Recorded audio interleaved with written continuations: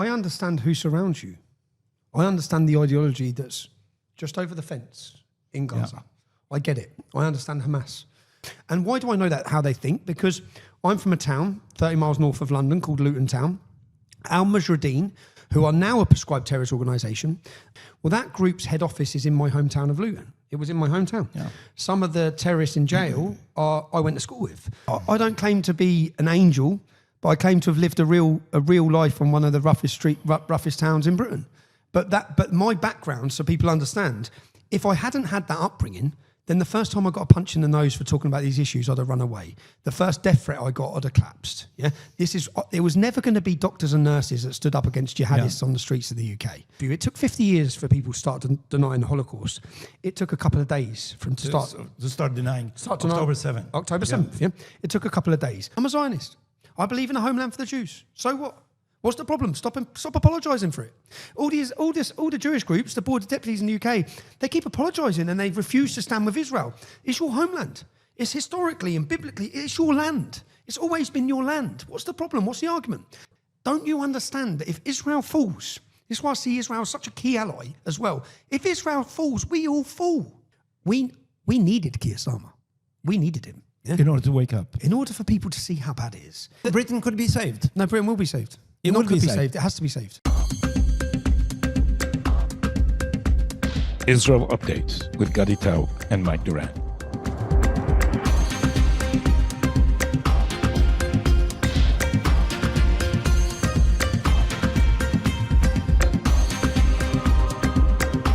Hello and welcome to a joint episode of Israel Update and Shomer Saf, Gatekeeper, English, and it will be English with Hebrew subtitles on video. So if you listen to us in Hebrew and are not comfortable with English, switch to video where you will have subtitles. My guest today is Tommy Robinson. You must know who he is. Hi, Tommy. Hi. Nice to meet you. I've seen many an interview with you starting with the controversial Tommy Robinson. So let me give you an Israeli introduction because I'll tell you what transpired since I said on social media that I'm going to speak with you. I put it on X and there was an X version of standing ovation from right-wing feed. And then I got a barrage of telephones saying, look, these people are not really our friends. And where does this meet me? I interviewed Steve Bannon about, 3-4 years ago? And he was enthusiastic about Israel. He said he's a Christian Zionist. And back in the day, we saw all the left-wing anti-Semitism, and we thought, look, we have allies on the right. And now I look at Steve Bannon. He's gone full Tucker Carlson anti-Semitic. Has he? Yeah. I haven't followed. Steve. He is now saying that this whole war is just a Benjamin Netanyahu personal maneuver in order to save his own seat. And these people are turning against Israel. And the whole atmosphere is turning against Israel. I looked around the internet. I couldn't find anything you said that would even smack of anti-Semitism or anti-Israelism. So I think our listeners and audience, the first thing they'd like to know is your pro-Israel stance now. Where does it come from? What is it based on? It comes from, I understand who surrounds you. I understand the ideology that's just over the fence in Gaza. Yeah. I get it. I understand Hamas. So I think on October 8th, I made a video. I was still censored and I was deplatformed and banned from all social media when the attack happened on October 7th. But I made a quick video and I think I put it on, did I put it on Getter? I put it on some small little social media because that's all I had left until Elon Musk gave me back my page. And I was walking along a beach and it went viral on X because someone else uploaded it. And I said that Hamas are ISIS. Yeah, I understand them. I know how they think. And why do I know that, how they think? Because I'm from a town 30 miles north of London called Luton Town. Al-Mujahideen, who are now a prescribed terrorist organisation, one of the lead terrorist organisations in the world, Omar Bakri, Abu Hamza, some of the most infamous terrorists in the world were members of this organisation. Well, that group's head office is in my hometown of Luton. It was in my hometown. Yeah. Some of the terrorists in jail I went to school with. 60% of British Muslims in prison for terrorism are ex-members of this group. I learned very early. I looked into Jihad. I looked into these groups. I understood how they think. So I understand what Israel faces. Many don't. Many have no clue. I also see Israel as a key ally. It's a beacon of democracy surrounded by Sharia-driven totalitarian hellholes, to be honest, with absolute zero human rights in many of these nations. And what is it like for minorities in many of these nations? I also look, and I have faced a barrage of unfair misrepresentation by media, attacks by media for years. Remember, I raised awareness and started talking about issues that our government, my government, certainly did not want recognised. Islamic rape gangs, many of the issues I talk about and the issues I expose and discuss bring a spotlight on government failure, because it's all to do with government failure. And what Israel faces now is unfair representation, propaganda, literally from October 8th. I've just said on another interview, it took 50 years for people to start denying the Holocaust. It took a couple of days to start denying October 7th. October 7th, yeah. It took a couple of days. So I understand there's no genocide. I understand the absolute absurdity in talking about a genocide, but it's been repeated 10,000 times. Yeah. Once it's repeated 10,000 times, it becomes a matter of fact. Now, I'm certain that your viewers and your listeners probably think the English Defence League was a far-right organisation. Let me tell you that the entire time I led the English Defence League, we have a unit within Scotland Yard called the Anti-Extremism Unit from Scotland Yard, the specialist of the Metropolitan Police, and they categorise organisations and groups. The entire time I led the English Defence League, it was a centrist organisation. But people just now repeat it's a far-right, extremist, racist organisation because the media said it 100 times. Well, that's the same as Israel. Israel is committing a genocide. Israel and its apartheid state. All of these things I know are lies. Yeah. I first come here in 2015 or 16, and I came here because I talk about these issues. Yeah? And I would be ignorant to discuss these issues with never visiting Israel. When I come here in 2015 or 16, I paid some young Arabs, because I didn't want to come and just listen to the Jewish argument.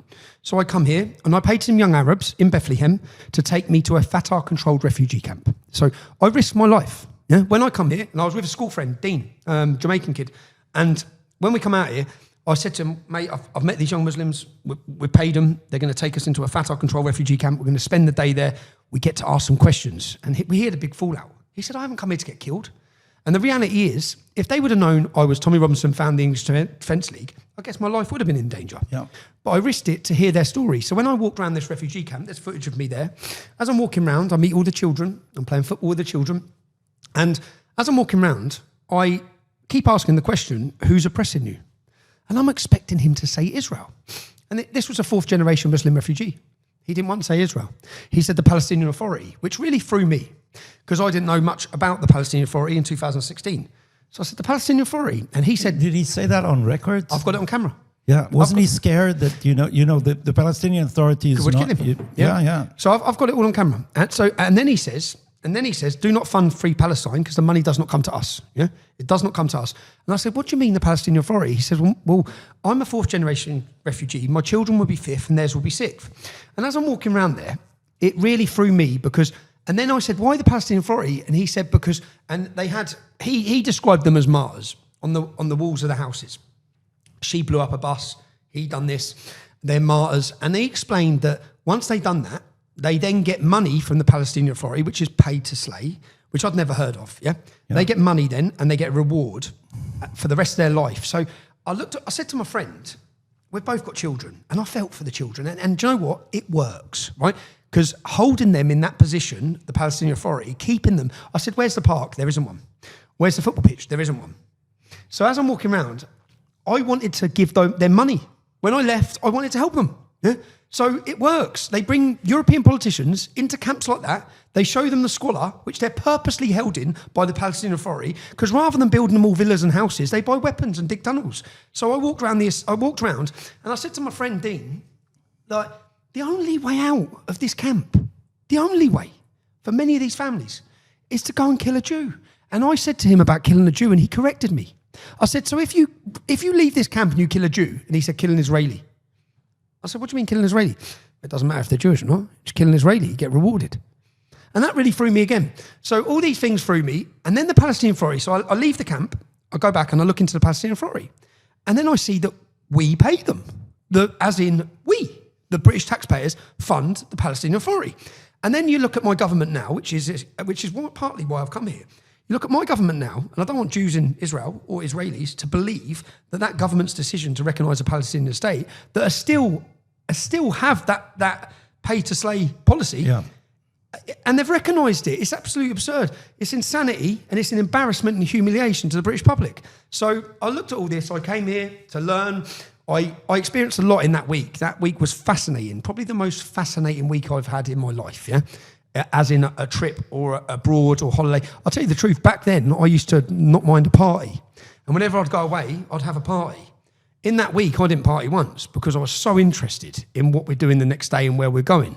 And what I found, I met a girl as well, I met a young girl who had been dragged from Gaza as part of the 2005 agreement, where Jews were forcibly, and most British people don't understand this, I don't think many people understand this, that Jews who had been living there for generations, talk about genocide, Jews who had been living there for generations were dragged out of Gaza by the IDF and forcefully removed when they didn't want to be removed from their housing and their community where they've been for generations at what I'd say was a government level of thinking you can appease these barbarians, which is basically where my government are at now. So I think your government now, you have a strong government who realise you can't appease these. There's no negotiating with these people.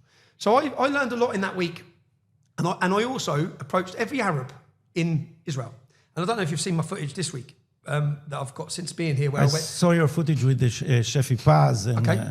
And that footage would shock a lot of people in the UK in the sense that there's a smear and a very successful propaganda campaign that tells people that it's Jews that are flooding Britain and flooding Europe. Yeah.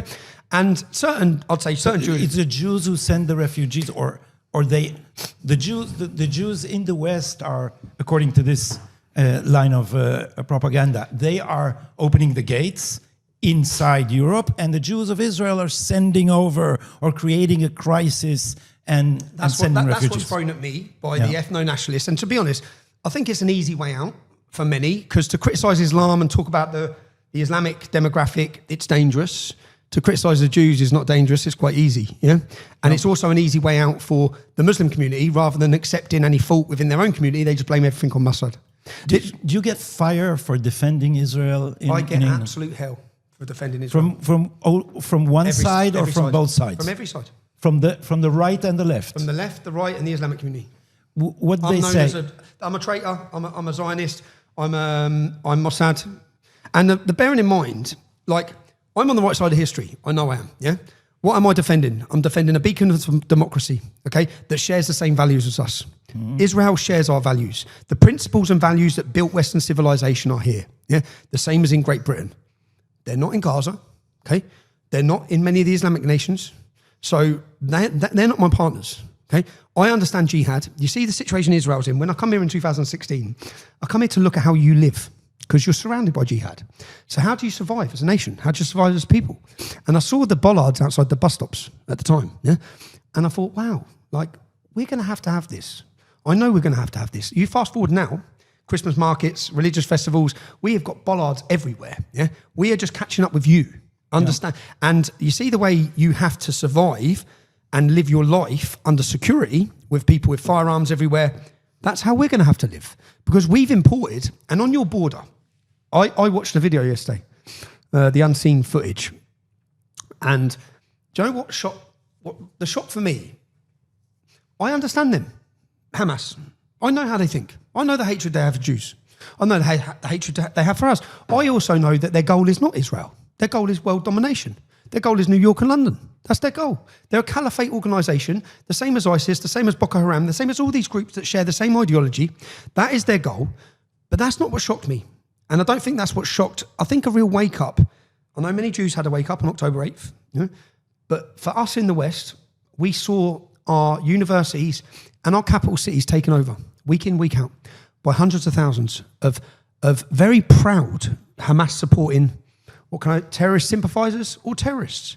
And what my surprise was the inability, the lack of strength from government and police, the absolute cowardice of leadership to bend the knee and allow them to take over. And what become apparent to just so Jews understand there's 300,000 Jews in the UK. You're now in the same position that I've been in as a working class man in Luton who's English. I grew up in England, in Luton. When I was born in 1982, there was one mosque. There's now 45. Now, in my hometown, in 2013, I looked at the demographical projected growth forecast on the government website for the communities. The Bangladeshi and Pakistani community were going to increase by 2030, so a 17-year period. They're going to increase by 70 to 77%. The white and black community, 1.2 to 1.4%. So the Labour Party know full well in Luton, we're irrelevant. We don't keep them power. The power and the future does not lie with the non-Muslim community. It lies with the Bangladeshis and the Pakistanis. Now, what do Labour want? They want power. So they absolutely just don't care about us. And that's where the Jews are at now in Britain. You often say that you're not against Islam as such. You're against radical Islam, radical political Islam. No, I don't. I'll just correct you. I believe Islam is radical. I'm not against Muslims. Okay, okay. Muslims are people, and some of the best people I've met growing up in Luton are Muslim. Some of the people I love are Muslim. So you're against the Muslims who want to impose Sharia law. Is that a fair definition? That's not fair against all Muslims. I'm not. Most Muslims are cultural Muslims who don't follow the literal interpretation of the Quran. Yeah. But when they do, or they want to impose Sharia law or overthrow democracy and replace it with the Islamic supremacist ideology, we have 5,000 jihadists. Look what they done on October 7th. Yeah, we have 40,000 on the terror watch list. We have in the whole of Britain. In Britain, we have 40,000. 3,000 of them are monitored 24 hours a day, 7 days a week. It will cost £9 billion a year. £9 billion a year. Now, when a government or a country are dealing with a small minority, you can afford these sorts of things. But that small minority keeps getting bigger and bigger. And as it gets bigger and bigger, terrorism goes up 60%, 60%. It just keeps rising. So when the current population, say we've got 40,000, if we double that population, what have we then got? 80,000. Yeah. How do we tackle that? How do we deal with that? Let's start with Luton, though, because I heard you speak at the Oxford Debate Club, at the Oxford University, and you gave them a tour of your childhood and coming of age in Luton, and how this problem became exacerbated before your eyes. So some of it was very personal. So for our listeners who may not have heard this, you had a cousin become a second cousin become a victim. She was a victim of sexual rape, gangs, which we now call grooming. At what age? 13, 14. So what happened to her exactly? So she was. This is the same process for all the young girls. Many girls went to school with. They get a Muslim boyfriend. They get shown interest. The Muslim boyfriend will be older. He'll treat them well, and he'll give them money. He'll give them phones. He'll give them drink. He'll give them drugs, and then it's a slow grooming process till he gets them into position, and then they're getting gang raped. Now our cousin, she woke up naked, being with lots of men with beards raping her, and she ran out of the house, and she was actually. The prostitutes on the streets rang her dad. Her dad's gone to collect her. But in the end, that child will... I remember the family would lock her in the house. She'd get out the window because she needs the drugs. And by that point, then the police would just say she's a drug addict. No, she's a child who they have purposely used drugs as a weapon against to get her into a vulnerable position, to hook her on those drugs, to then have her as a prostitute. How old were you when all this happened? I was a similar age. Her age? Her age. And is that the moment, was that the wake-up moment for you? That was one. I had many, but I had so many. The wake-up moment for me was the Bedlam school massacre. So I didn't realise that attack against her was so widespread till I went to high school, till I met other girls at high school. But I had a different view as a child. I used to view the girls that were going out with the Pakistani taxi drivers, I used to view them as slags. When I was 13, 14, I think they're slags, sleeping with older Pakistani men. Then, as I'm older now, I realised they were victims. They're children. They're being prostituted. They're being groomed. But not as a child, I didn't. I viewed it very differently. But then as I grew up, do you remember the Bedlam school massacre? That was a real wake-up call for me, in the sense of... Give us a rundown of that. So the Bedlam school massacre, I don't know how old I was. I was only young. And I remember watching as...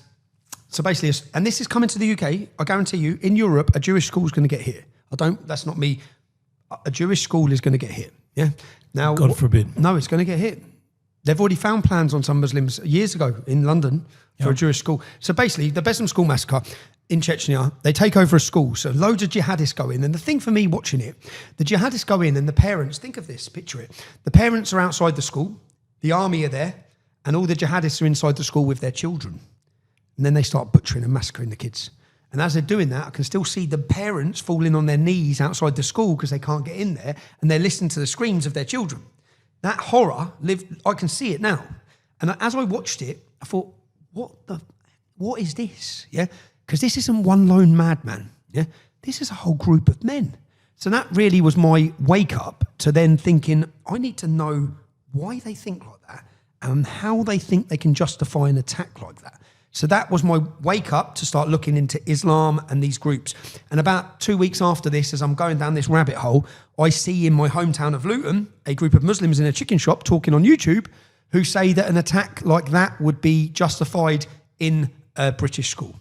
And when I saw that I then saw the man who said that was a man called Saif al-Islam, which translates as Sword of Islam. He was a second in command of al-Mujahideen, which then put me down the rabbit hole. And I'll just be honest, I as a young man, full of adrenaline, I was a young English lad. I'm from Luton town. Luton's a rough town.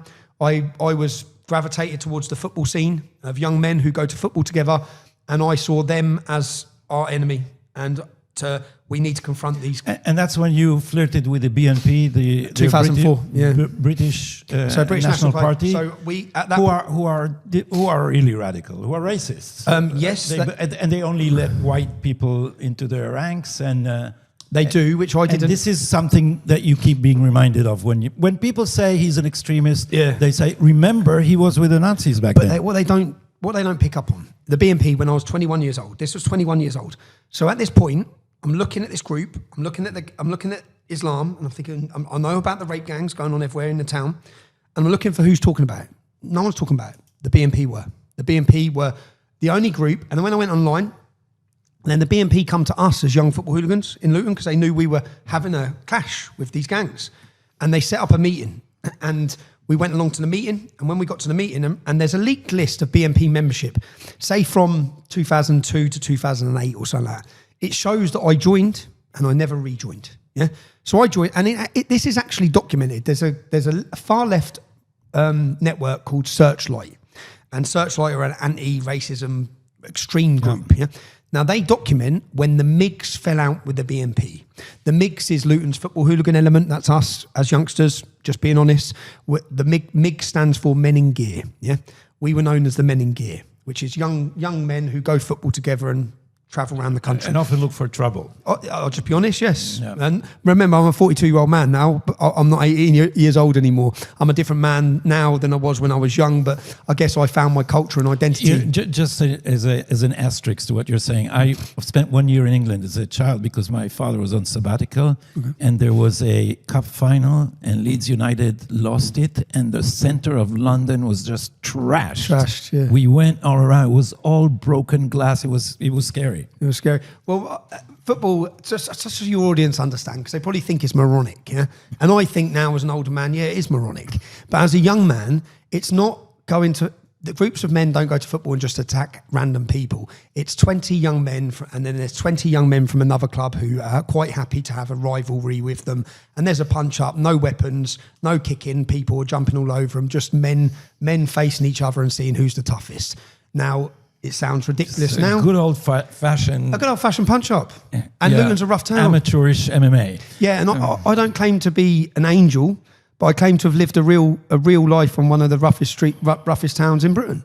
But my background, so people understand, if I hadn't had that upbringing, then the first time I got a punch in the nose for talking about these issues, I'd have run away. The first death threat I got, I'd have collapsed. Yeah, it was never going to be doctors and nurses that stood up against jihadists on the streets of the UK. It was never going to be them. But with the BNP, I joined. They set up a meeting. We turned up to the meeting, and this is documented. Yeah, when the MIGs fell out, and when the lads turned up, they said, "He can't come in. He can't come in." We said, "What do you mean?" And it was the non-white lads, because Luton's football hooligan element is very diverse. It's very multicultural. Yeah. They can't come in. They're multiculturalism for you. Well, Luton is, yeah. For me, and I get a lot of flack. You grew up in a very diverse neighbourhood. I don't believe multiculturalism's failed. I believe Islam's failed. I think it's unfair to blame the Hindus, the Jews, the St. Lucians, the Jamaicans. I think it's totally unfair to blame them for failure in integration, because they've all integrated. Yeah. The only one section of society that hasn't integrated is the Islamic community. Not every one of them, but per se, it's the Islamic community. So the MIGs, we set the meeting up. They said they can't come in. And at that point, we said, you're not having a meeting. And the BNP didn't stand again in Luton after that. Yeah, they didn't. We said, you're not using the pub, lads. Yeah. This is done. And I wasn't aware that Nick Griffin founded the National Front or was a leader of the National Front. I'll be honest. At 21, even when I started the English Defence League when I was 25, yeah, I didn't know left-wing, right-wing politics. I didn't care. My passion was making money. I was a young man. When I started the English Defence League in 2009, I had 7 houses and 2 businesses. I was doing very well as a young man, a successful young man. And then there was a soldiers' homecoming, and I realised that enough was enough. Everyone has their breaking point, and Luton had their breaking point in 2009 when our soldiers were attacked. So your activism started really young. Yep. It overtook your career in all other areas, and now there was this huge rally of about 100,000 people, they say, in London. Let me show you. Let me just show, while we're on here, because you can put this into this. I think you should definitely put this into this.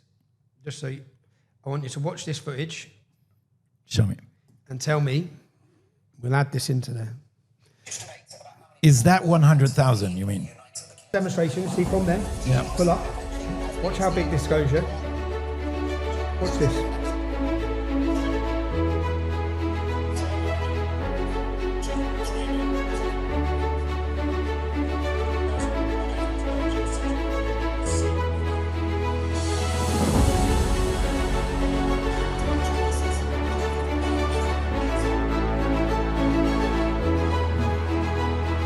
Stop.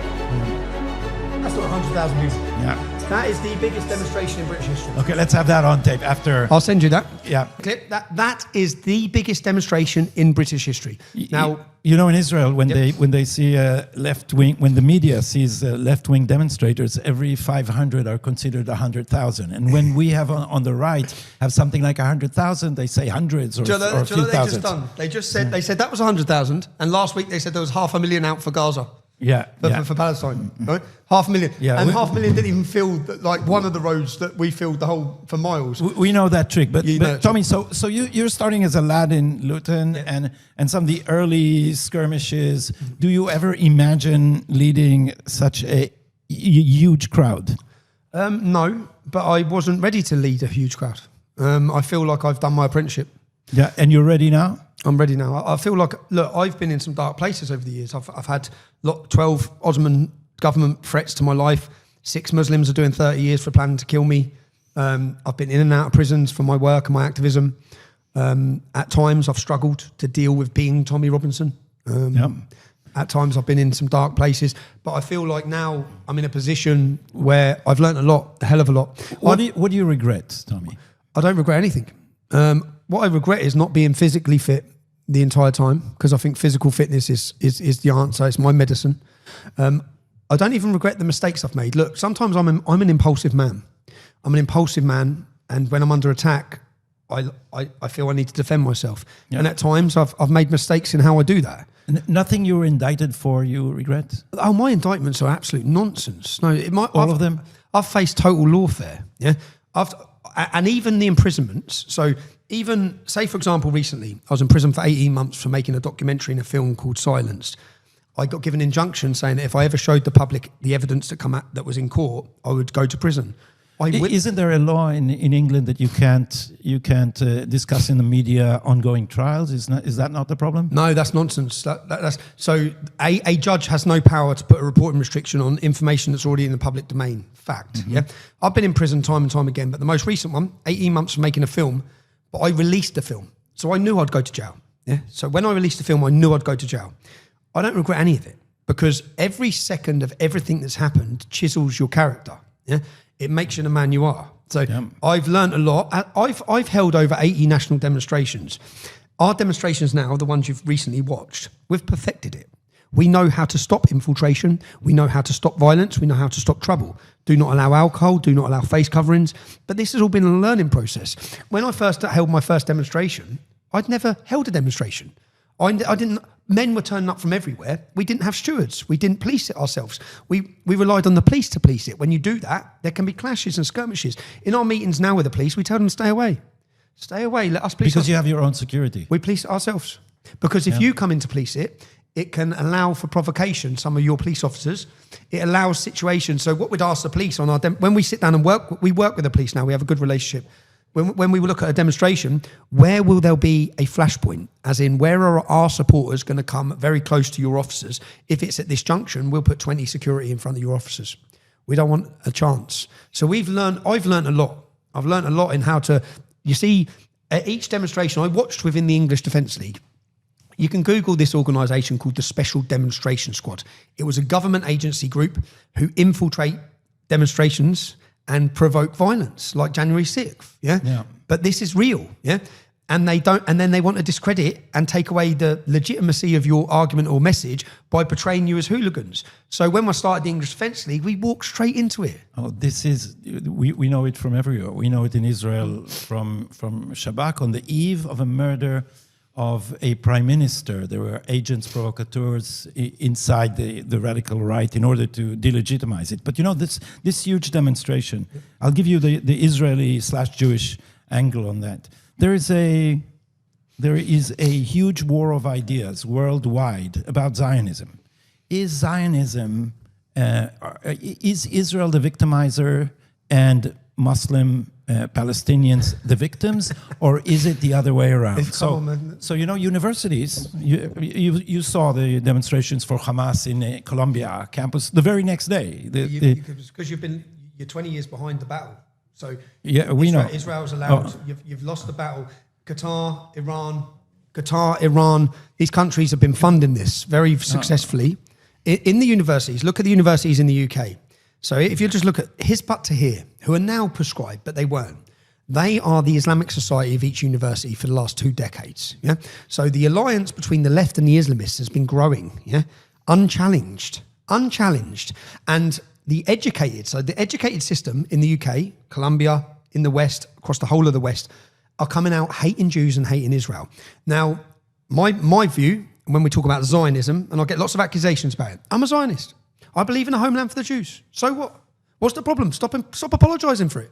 All the Jewish groups, the Board of Deputies in the UK, they keep apologising and they refuse to stand with Israel. It's your homeland. It's historically and biblically, it's your land. It's always been your land. What's the problem? What's the argument? There's 55 Islamic countries. 55.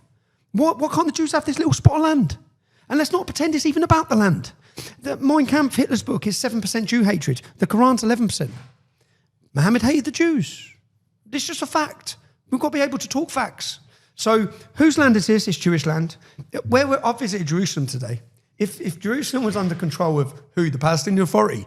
Would it be free for all other religions to go and practice? Would it be free? No, it wouldn't. No. So stop kidding, and also stop. And I get frustrated with the British. I get frustrated with the accusations because I just think, don't you understand that if Israel falls, this is why I see Israel as such a key ally as well. If Israel falls, we all fall. You think they're going to stop? How would that happen? How would it happen? Yeah. Well, say they won the war. Say the surrounding Islamic nations won the war, as in obliterated the Jews of Israel, which they'll take your wives as sexual slaves, as they told you in the 6-Day War, all these things. If they were successful in that, they stopped then, do they? They stop.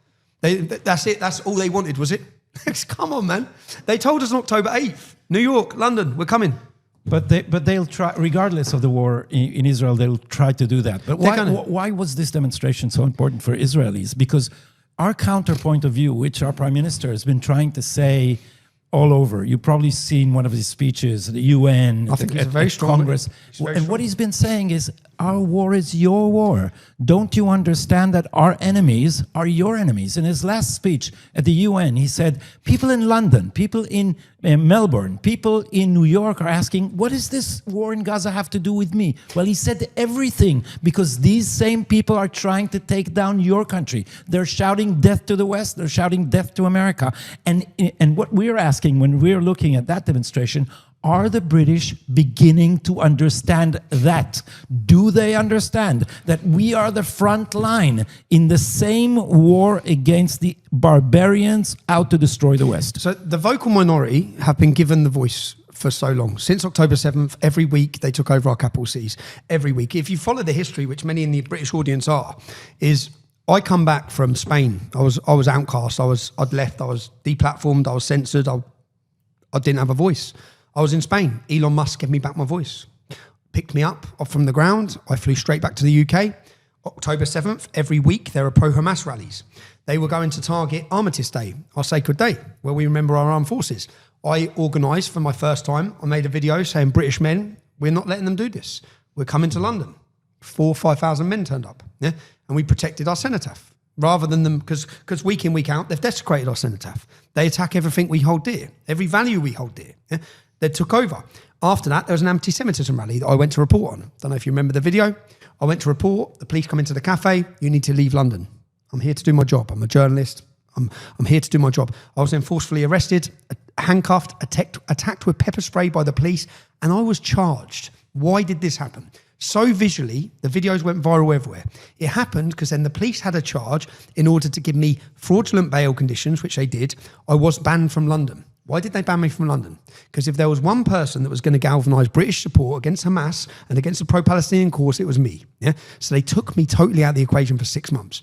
Well, after 6 months, the minute I had and I kept taunting them, I kept saying to them, as soon as I got my not guilty at court and I was freed and the judge recognised that it was unlawful, everything they done was unlawful, they limited it for 6 months. Straight away then, I went for a meeting with the police. And I sat down with the police and said, right, you can't stop me now. Yeah, you can't stop me now. Yeah, we're fed up of the terrorists. We're fed up of the pro-Palestinians. We're fed up of what they're doing in our capital city.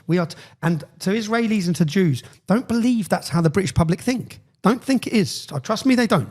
What you saw on September 13th is the silent majority refusing to be silent. The Star of David has welcomed our demonstrations. Okay, we're pro-Israeli. We're pro-Israel. We understand. And I've been hitting my head against a wall for a decade, trying to educate the British public and wake them up. They're awake now. Trust me, they're awake. So take me, I don't need the head of Jeremy Corbyn, but take me into the head of Keir Starmer. What is he thinking? He's from the elites. This is a guy from the upper class. What is he thinking? He must not be, for grooming gangs, right? What he's thinking is appeasement and block vote and his future. So if you look at our last election, 5 seats were won by pro-Hamas MPs. Yeah, 5 seats. Yeah. As independents. Now, those pro-Hamas MPs, or the Muslim vote, would always have usually gone to Labour. These individuals have took it away from Labour. Now, why did they take away from Labour? Why did they stand as independents? Because Labour wasn't anti-Israel, anti-Jew enough, for them. So there was a separation. What Keir Starmer's now realising is he needs to win back the Muslim vote. How does he win back? So it's just pragmatic. It's power. What does he believe? Because I heard, I was at a conference with a British intellectual yesterday, and he said, every time journalists want to embarrass Keir Starmer, they ask him, what is a woman? And he cannot answer that question. Because he still wants to appease a section of his support base that are of that mindset. So look, here's the danger, Tommy, because, and here's why I think Israelis should support the forces in nation states who want to limit immigration. Well, because we are in danger of being engulfed by a pincer movement. On the one hand, you have the woke pro-Islamist elites. On the other hand, you now have the Tucker Carlsons and the traditional right-wing racists who are anti-Semitic. And here's how they're going to frame the issue. They are going to say the Jews in Europe are for unlimited immigration.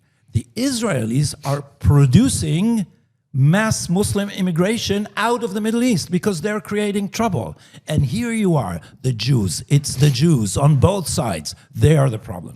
Well, when I hear this argument, it's like, no, Israel was formed in 1948. We've got 1,400 years to look at what Islam does with conquest. There's 1,400 years of history. Islam has never, ever peacefully coexisted. Before the Jews had Israel, it's never peacefully coexisted. Now, I think what Minister Chickley, I'm very grateful and honoured that he's... We have to say to our viewers and listeners that you are here in Israel as a guest of the Minister of Diaspora and Combating Anti-Semitism, Amichai Chickley. I am, and it's very brave what he's done. And I think it's very important what he's done. In the sense, and I know that Santiago was invited from Vox here recently, what we did at our last event was we invited leaders of the populist anti-immigration parties to talk in London, because this isn't a British issue. And I think that it's important that Israel are aligned with these groups on this as a right-wing conservative group, because the truth is there are some organisations like the Board of Deputies who are far left, who are establishment, who are pro-immigration. That does not represent Jews. I've just walked through the market in Jerusalem today, and the amount... Machane Yehuda. Oh, the amount of British Jews. Wait till you see the video. I couldn't walk through the market. I saw the video. No, there's a video coming. Invectives against Keir Starmer. Oh, no, but there's a video coming that's 25 minutes long of literally every single young British Jew, they're all from Britain, coming up to me saying that the border deputies do not speak for us, yeah? So for too long, the voice, whether it be the ADL, whether it be the border deputies, they have been given the voice as though they're representative of all Jews. They're not. Every British Jew I know is a patriot. They're a patriot. They're great people. They're not raping their way through our country. They're not selling heroin. They're not planting bombs. They're great British patriots. And the problem our country has now, which we really need to wake up to, is Jews don't feel safe. They're leaving. They're the best taxpayers, the hardest workers, the most educated. What you're going to replace them with? The garbage coming from the Middle East. That's what we've got. That's what's happening. So I think that Europe is at a real crossroads. And I think that the decent British hard-working working class don't hate Jews. So what you saw... And we had, just 2 years ago, we sat down and I brought together 15, whether you want to call them influencers, podcasters, TikTokers. We all sat down and said that British culture is under threat. That's a reality. We know that now, yeah? The country can see it. If you change the culture, you change the politics. So let's not try and set up a political party with £200 million because we haven't got it and it's not going to happen. But if we can give back a sense of identity to the public, which we've lost, a sense of community, which we've lost. If we can unite this kingdom and unite all the groups in this kingdom together under a British values and British cultural identity, then we can shift the politics in this country very fast. Yeah. And if you look at what we've done in 2 years, you talk about September 13th, the videos you've just seen, we're 2 years in. Yeah? It's working. We've totally shifted it. We've shifted the discussion on mass deportations for Islamic radicals and jihadists. The topic of conversation has totally moved. What you saw on September 13th is the silent majority refuse to be silent now. And we've done it through culture, identity, celebration, music. But immigration continues at a pace of about 700 people a day from the Middle East and Africa. And we all thought that Brexit would solve that problem. But Brexit's never been implemented. We haven't had a government. Because there's still a covenant that subdues Britain to the European Court of Human Rights. I think you've got the same problem with your Supreme Court, no? Yeah, oh, absolutely. It's the same problem. We have corrupt judiciaries controlled by mafias. Yeah, but same as in America. This is I don't have the right British term for it. That you give jurisdiction. That's a term to a European Court of Human Rights, which does not allow you to control immigration. And I'm asking you, Tommy, since you are you're an activist and a journalist. The way that you are framed as a radical extremist, former Nazi, all that prevents coalitions with the center, which is the aim of the left. We are the center. So we are the mainstream. You are the center. We are the mainstream. They managed to successly when they had us. So you feel that you have been legitimized in the center? Yeah, we're winning. They've lost. So Britain could be saved. No, Britain will be saved. It could be saved. It has to be saved. There's no option. And it was always going to happen. There was always going to be an uprising. I can tell you now, my finger's on the pulse. I can tell you by the reception I receive everywhere I go. Yeah, Britain's awake.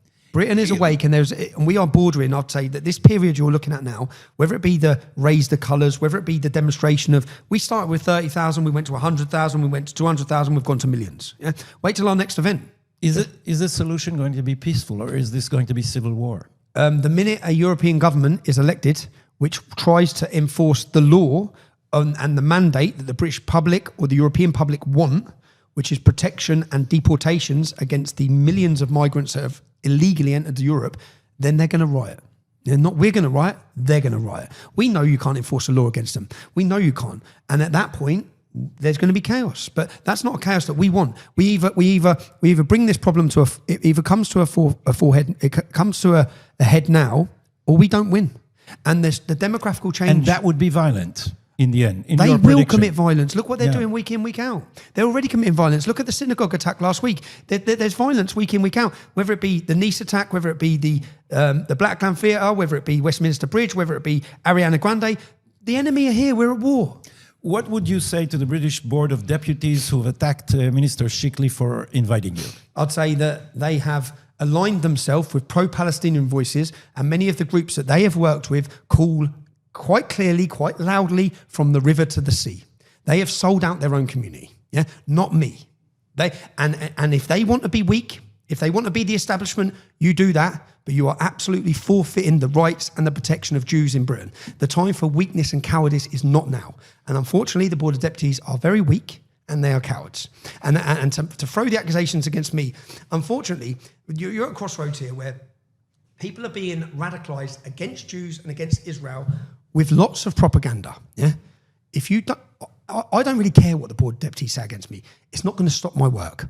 I do my work because it's right. I do my work because I'm on the right side. Yeah, and I know they're not representative of the mainstream British Jewish community. I know that. And the same way that the establishment figures in my community are not representative of the British community. Yeah, there's a total separation of the so-called voices. Who voted for them to be the voice of the British Jews? Who? Who do they talk for? They want a two-state solution. All they've ever done is attack Israel. They attack Israel. Do you know when they hold a rally? They're too scared to even say, we're pro-Israel. Well, you can be scared. I'm pro-Israel. I'm not scared. And I think that the majority of the British public need to understand Israel are our allies. Yeah? And don't be afraid to say it. I'm not afraid to say it. I don't care how much backlash I get. Is there a future for Jews in Britain? I saw 10 years ago. You screened at the Oxford University debate club. Shalom. You screened a video of a Jew in Luton who said he's going to make Aliyah and come to Israel because it becomes unbearable because he gets bricks thrown through. Do you know his what happened to him? Window. What happened with him? He was persecuted to death. After that video, he died. He died. He died. Let me tell you what happened to him, because I tried to make it into a film called Shalom, because his name was Yisrael Shalom. So when he died, he left keys to his house, and his sister rang me up and said, "I've been told to contact you, Tommy." So I went to his house, and when I went to his house, I walked around his house and I videoed. She said, "You will know what to do." And when I went to his house, I walked around and I videoed, and he had a letter he wrote to the Queen. Joe, he wrote to everyone. He wrote begging letters for safety. Do you know what the advice of the council was? Move to a Jewish area. Imagine telling anyone else, move to a Jewish area. Your solution to him being attacked as a visible Jew, because he only faced the attacks as a visible Jew when he lost his driving license and had to walk the streets. Now, they told him to move to a Jewish area. Now, I started making it into a film, but I had two colleagues who used to work for me who were working with a group who worked with the Board of Deputies called Hope Not Hate, who are an establishment group who totally attack us. Now, they kept all the paperwork. So for me to put my name to anything, I have to be 100% bulletproof. They took every bit of paperwork from that house and I couldn't get access to it. I'm so disappointed because I owed it to Yisrael Shalom to tell his story. He knew, and when I look at, I don't know if you're aware of the Jew who was kidnapped in Paris, kidnapped for 30 days and dumped dead on the street. These are sorts of crimes you think are happening in Afghanistan. Not in Paris, not in London. This Jewish man in London was persecuted to death. Now, I've just walked through a market today. Do you know how many Jews come up to me who have left London and who are from Golders Green, who have said, and I said, "What's your future?" They said, "We don't have a future in London." Do you know how sick that is? To think that an entire community of people, and what's happened today or yesterday, Jews have been told they can't come and watch a football team in Birmingham because they're not safe. Now, what do you think Britain looks like in 20 years? Not just for Jews, though. That's what the British public need to understand. First comes Saturday, then comes Sunday. The Jews are first, then the Christians. So people understand it's an open saying from the jihadists. So do Jews have a future in Britain, in your opinion? In my opinion, revolutions come in, cultural revolution, not violent revolution. In my opinion, the silent majority will stand. We will stand with Jews in Britain. We will not allow them. The same way when Hindus come under attack in Leicester. I get a lot of accusations thrown at me, "Oh, you're doing it because you're getting paid." No, I'm not doing it because I'm getting paid. I'm doing it because it's the right thing to do. When Hindus come under attack in Leicester, Hindus are not a violent community. Never have been. Yeah, it's the Islamic community are violent and hostile. And so I just come on the right side. So I think Jews have a future in Britain, but we are running out of time. There needs to be a mass awakening right now. Do you see by the time the next election comes, which is in 3 years' time, we needed Keir Starmer. We needed him. Yeah? In order to wake up. In order for people to see how bad it is. In order for people to see that, you know what, the phrase now two-tier policing, which is part of British vocabulary, it's what I saw my whole life. As a young Englishman, as a minority to a Muslim community, the police don't deal with them. But now what I saw and what I talked about, I dug up me talking about it in 2004. Yeah. Now, Suella Braverman started talking about it. Politicians, The media are talking about it because they saw it after October 7th. They saw that they're flying Hamas flags, Hezbollah flags. They were calling, here's but to hear, under a banner calling for Muslim armies, stood on the capital city of London calling for jihad. What did the Metropolitan Police Force do? They put out a statement on X saying there's plenty of different meanings to jihad. Yeah, we know that from Obama. Well, come on. But this cowardice, this isn't the future. The future is strong leadership. I think Benjamin Netanyahu, I know some people would disagree, but when it comes to politics, no one's going to agree on everything. He's a strong leader. He's a strong leader. Donald Trump's a strong leader. The future of Europe belongs to strong leaders, strong men.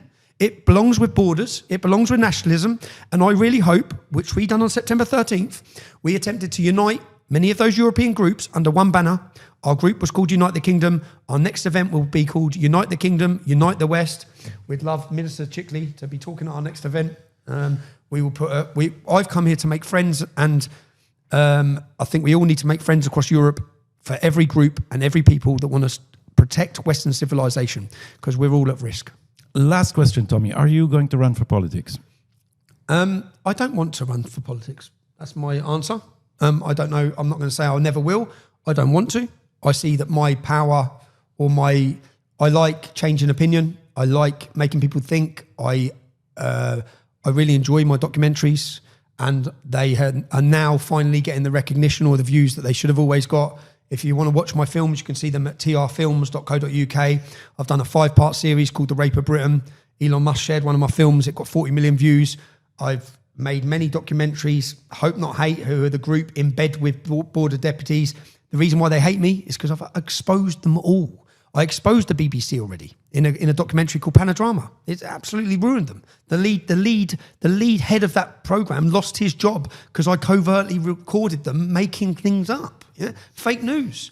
So, and my next documentary is called Labour's Muslim Rape Gangs. I'm going after Labour because they are Labour's Muslim rape gangs. So let's not pretend it. That they cover up for them because they want power. They are more interested in power than protecting a generation of England's daughters. So, but to people who don't, when I usually talk, it's very depressive because the country's in a very bad place. But something huge has happened. I can only explain it that something massive is happening. There's a mass awakening. It's totally underway. Nothing can stop what's currently underway in Great Britain. The public are awake. People aren't going to be silenced. Prison hasn't deterred us. Threats don't deter us. Your lies and your smears, whether it be the border deputies, whether it be mainstream journalists, it doesn't work. It doesn't work anymore. It doesn't work. Tommy Robinson, thank you very much for this candid interview. Cheers. Thank you.